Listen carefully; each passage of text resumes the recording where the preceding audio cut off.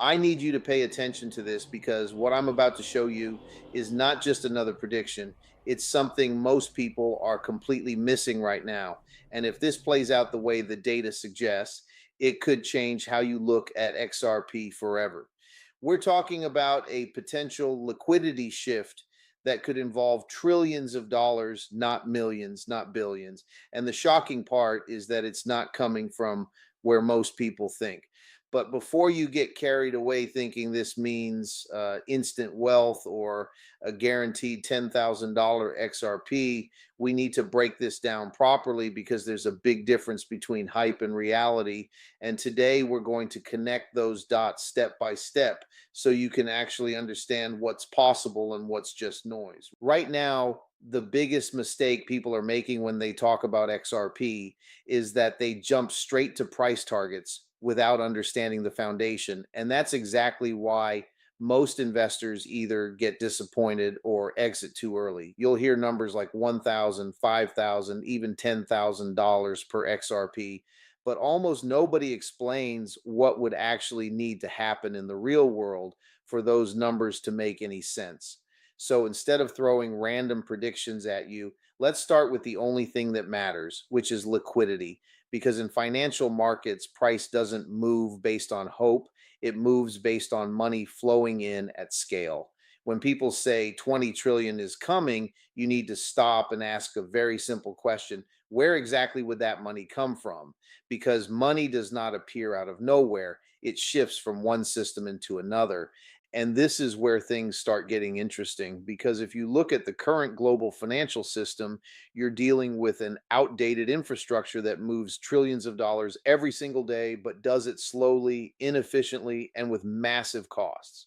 Cross border payments alone represent a multi trillion-dollar market, and institutions are constantly looking for ways to make that system faster and cheaper. This is where XRP enters the conversation, not as a speculative asset but as a tool designed for liquidity movement. The core idea behind XRP is not just to exist as a cryptocurrency, but to act as a bridge between different currencies and systems, allowing value to move instantly without needing pre funded accounts sitting idle around the world. That concept alone, if adopted at scale, has massive implications because it means capital efficiency improves. And when institutions see efficiency, they pay attention. But here's the reality check most people ignore. Adoption at an institutional level does not happen overnight. And it definitely doesn't happen because retail investors are excited on social media. Large financial entities move slowly. They test systems, they run pilots, they evaluate risk, and only then do they scale. So when you hear someone say trillions are about to flood into XRP, understand that if it happens, it will likely be a gradual process, not a sudden explosion.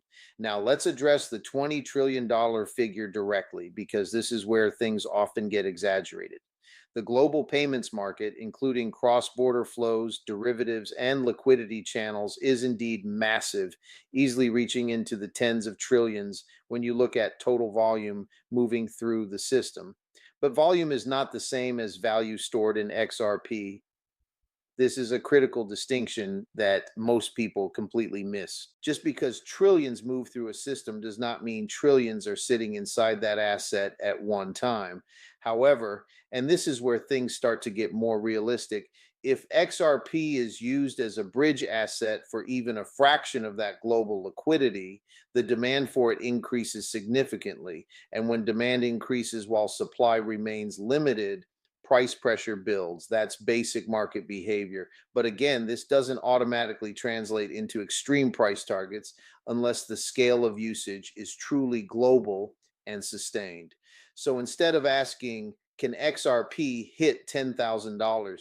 The better question is, what level of global adoption would be required to even justify a fraction of that valuation? Because once you start thinking like that, you move away from blind speculation and into strategic analysis. And this is exactly what most people are not doing, which is why they either overestimate the timeline or underestimate the complexity of what needs to happen. What we're going to do next is break down how liquidity actually flows, what kind of adoption would be needed, and whether a scenario exists where numbers like this even enter the conversation realistically, because there is a path, but it's not the one most people are talking about. And if you don't understand that path, you're just guessing. Now, let's get into the part most people completely misunderstand, and that is how liquidity actually moves through a system like this. Because without understanding this, talking about trillion-dollar flows or extreme price targets is just guessing. The financial world does not operate on hype. It operates on efficiency, trust, and proven systems. And if XRP is going to capture even a small percentage of global liquidity, it has to outperform what already exists in a measurable way. Right now, the traditional system relies heavily on pre-funded accounts, meaning banks have to park money in different countries just to facilitate transactions. This creates friction, ties up capital, and slows everything down. Imagine billions of dollars sitting idle just so transactions can settle. That's not efficient, and institutions know it. So, the idea behind XRP is to remove that inefficiency by acting as an on demand liquidity bridge, meaning instead of holding funds everywhere, institutions can convert value into XRP, move it instantly, and convert it back on the other side. Now, here's where you need to think carefully, because this is the core of the entire argument. If XRP is being used in this way, its price is directly linked to how much value it needs to move at any given time. This is not about long term holding for speculation. This is about real time usage. So, the higher the volume of transactions flowing through XRP, the more liquidity it needs to support that flow without causing extreme volatility.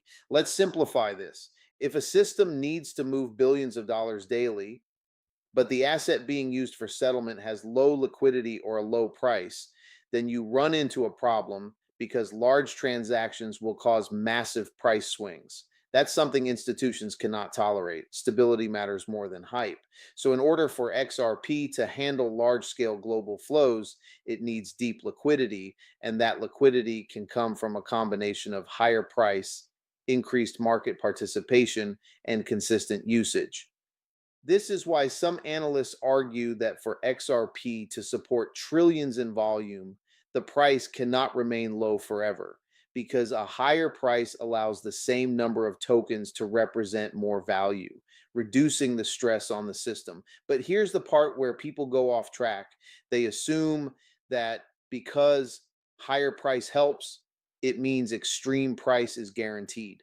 That is not how it works. There are multiple variables at play here, including how often XRP is reused within the system. If XRP is moving rapidly, being bought, transferred, and sold in seconds, then the same liquidity can be reused multiple times a day. This is called velocity, and it plays a huge role in determining how much total value the system can handle without requiring an insane price increase. The higher the velocity, the less total value needs to be locked in XRP at any one time. So when someone throws out a number like $10,000 per XRP, you need to immediately question the assumptions behind it. Are they considering transaction volume, velocity, institutional adoption rates, regulatory clarity, and competition? Or are they just multiplying big numbers to create hype? Because most of the time, it's the second one. Now, let's talk about the $20 trillion narrative again, but from a more grounded perspective. Yes, global financial flows can reach those levels, especially when you include derivatives and large scale settlement systems. But XRP does not need to capture all of that to become extremely valuable. Even a small percentage of that market, if consistently routed through XRP, could create significant demand.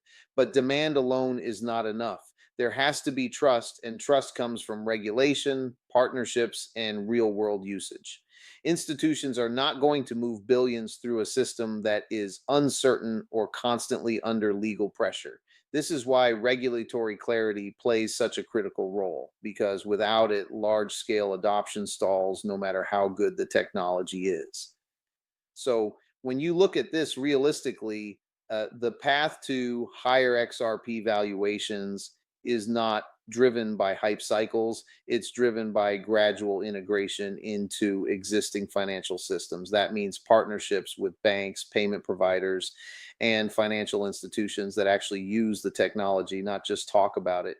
And this is where things start to shift, because if that integration reaches a tipping point where using XRP becomes more efficient than not using it, that's when you start to see exponential growth in adoption. Not because people are excited, but because the system demands it. We're going to break down whether a $10,000 XRP scenario can even exist under realistic conditions. And if so, what kind of global transformation would be required to make that happen? Because the answer is not simple. And it's definitely not what most people expect. Now, we need to confront the question most people are actually here for, and that is whether a price like $10,000 per XRP can realistically exist under any real world scenario. Because if we are being honest, this is where most narratives fall apart when they are not grounded in actual market structure. The idea sounds powerful, but markets do not reward ideas. They reward scale, utility, and sustained demand over time.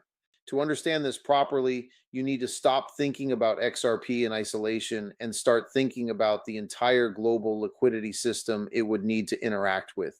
If XRP were ever to reach extremely high valuations, it would not be because people decided it should be worth that much. It would be because the amount of value flowing through it requires a higher settlement efficiency and the market adjusts accordingly. That is the only environment where such numbers even enter discussion. Now, let's be direct here. A $10,000 XRP would imply an extremely high total market valuation, far beyond what most people are currently imagining. At that level, XRP would not just be a payment tool or bridge asset, it would effectively be sitting at the center of global liquidity infrastructure. That means it would need to handle a meaningful share of global financial settlement, not just cross border retail payments, but institutional grade movement of capital at scale.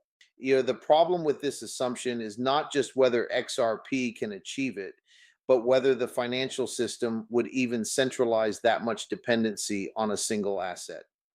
Global finance is designed with redundancy and diversification. No serious system relies entirely on one point of failure. Even if XRP becomes highly integrated, it is far more realistic to expect it to be one part of a multi asset liquidity ecosystem rather than the entire foundation. This is where people often overestimate linear growth models. They assume that if adoption increases, price must explode proportionally, but financial systems do not scale in a straight line. They scale through efficiency improvements, competition, and layered infrastructure. Even if XRP becomes widely used, that does not automatically force extreme valuations unless there is extreme scarcity combined with extreme demand pressure that cannot be solved through existing liquidity mechanisms. Another point that is ignored is token circulation speed. If XRP is used as intended, it is not meant to sit idle. It is meant to move constantly, being converted, transferred, and reused within seconds or minutes. This means the same units of XRP can facilitate multiple transactions in a single day. That alone reduces the need for massive per unit valuation because the system is not dependent on static storage of value, but on rapid movement of value. So when someone says XRP must reach $10,000 to handle global liquidity, they are usually skipping over the more important mechanism, which is throughput. Throughput means how much value can be processed over time, not how much value is stored at one moment. This is a fundamental misunderstanding in most extreme price predictions. However, and this is where the conversation becomes more balanced, it is also incorrect to dismiss XRP's long term potential entirely. If adoption increases significantly across banking networks, remittance corridors, and institutional settlement layers, then yes, demand for efficient liquidity solutions increases. And when demand increases in a system with limited supply, price discovery does adjust upward over time. The question is not whether value can grow, but how far that growth can realistically extend under real world constraints.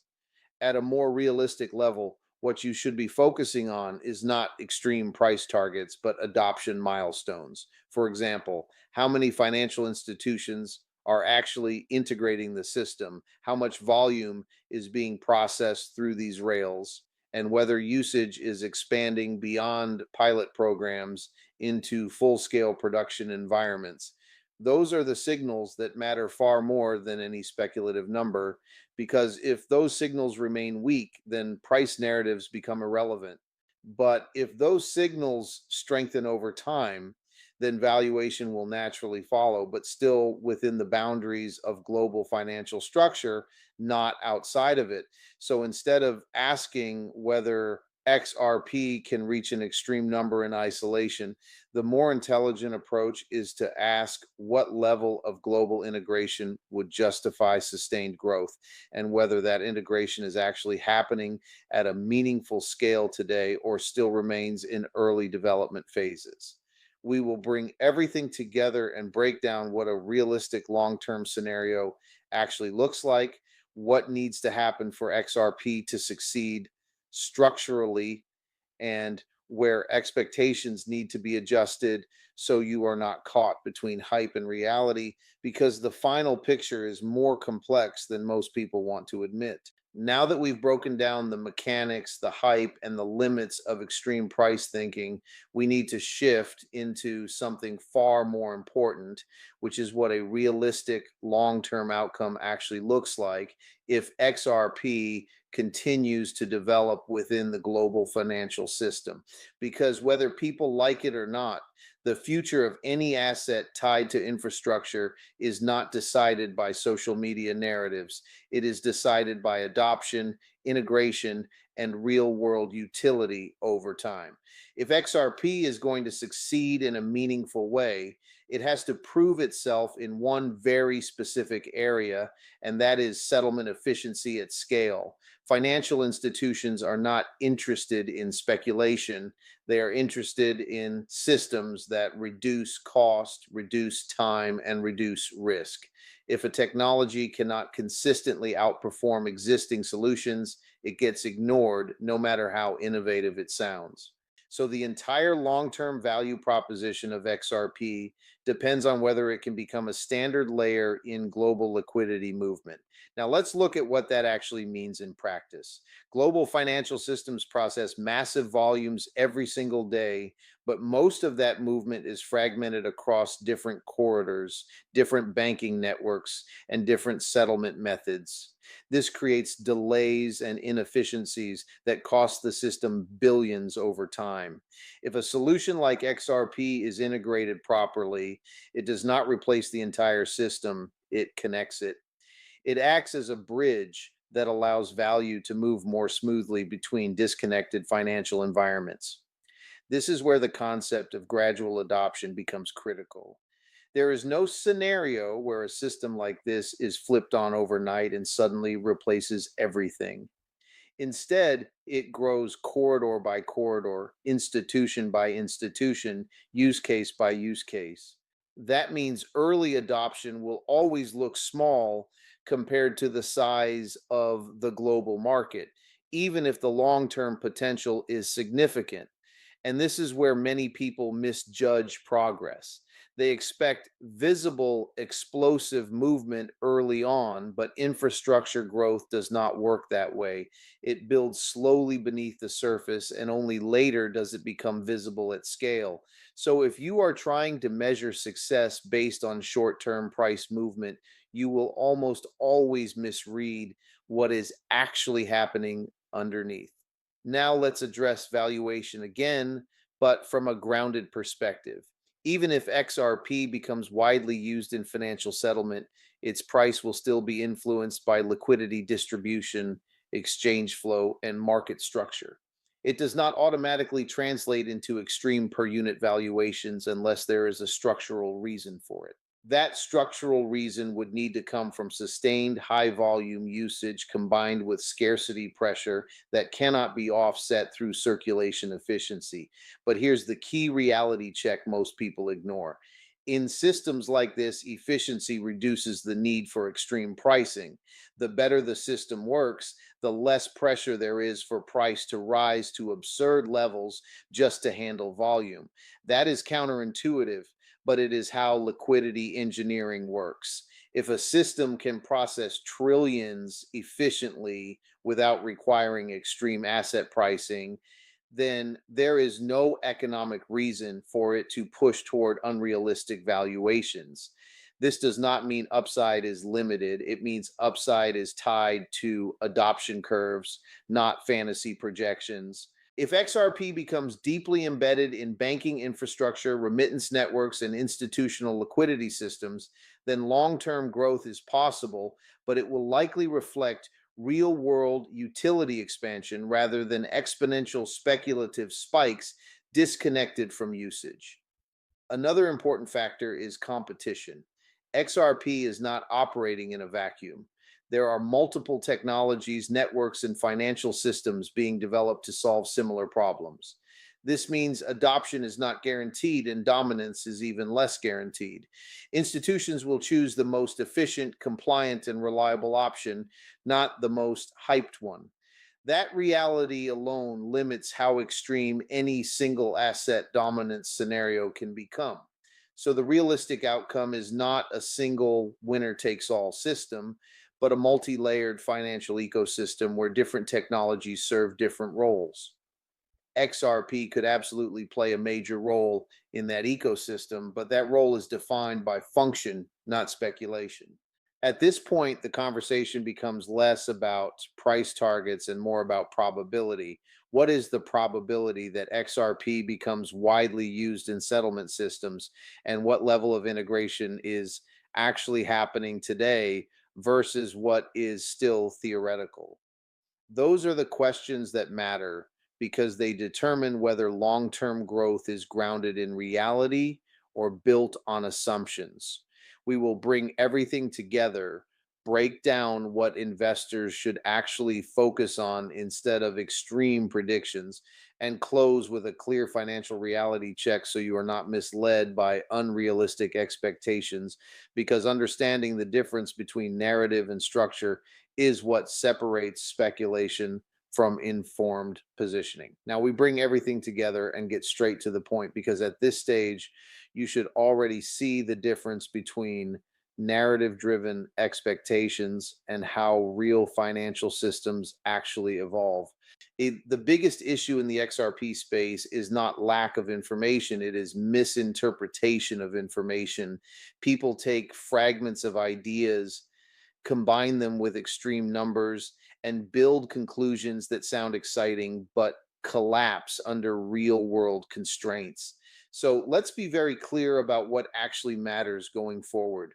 If XRP is going to have any meaningful long term impact, it will not come from sudden price explosions or isolated market hype cycles. It will come from consistent integration into financial infrastructure where it solves a real problem that institutions are willing to pay for, which is settlement speed, a liquidity efficiency, and reduced operational friction across borders. At this point, you should stop thinking in terms of how high can the price go and start thinking in terms of how much real world usage is being built.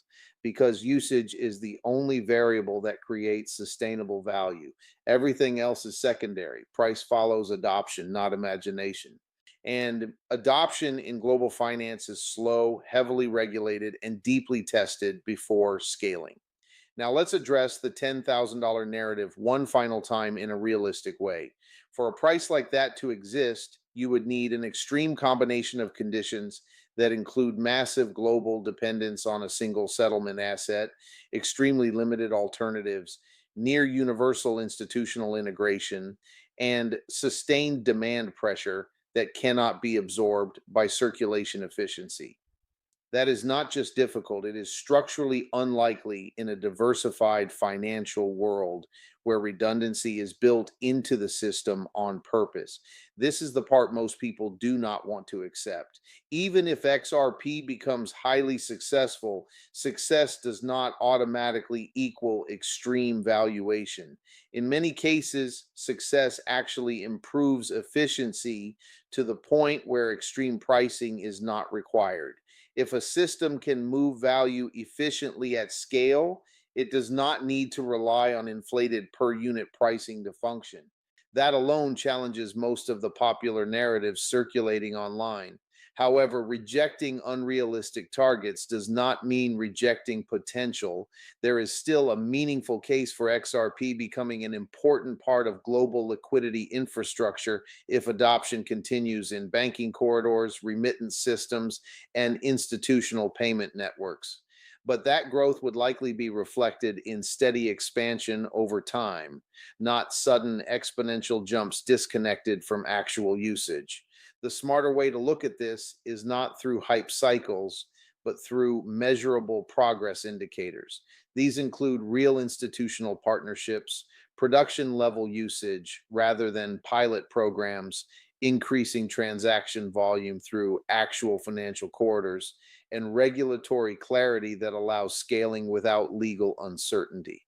These are the signals that matter because they reflect real demand, not speculation. Another important reality is that financial systems evolve through competition. Even if XRP performs well, it is not guaranteed dominance because multiple technologies are competing in the same space. Institutions will choose based on performance, compliance, and integration ease. That means the long term outcome is likely to be shared infrastructure rather than a single dominant asset controlling global liquidity. So, what should you actually take away from all of this? First, extreme price predictions should never be treated as financial certainty. They are scenarios, not outcomes. Second, real value comes from understanding adoption, not chasing numbers. And third, the most important factor in any long term investment narrative is whether real usage is increasing in a measurable way over time.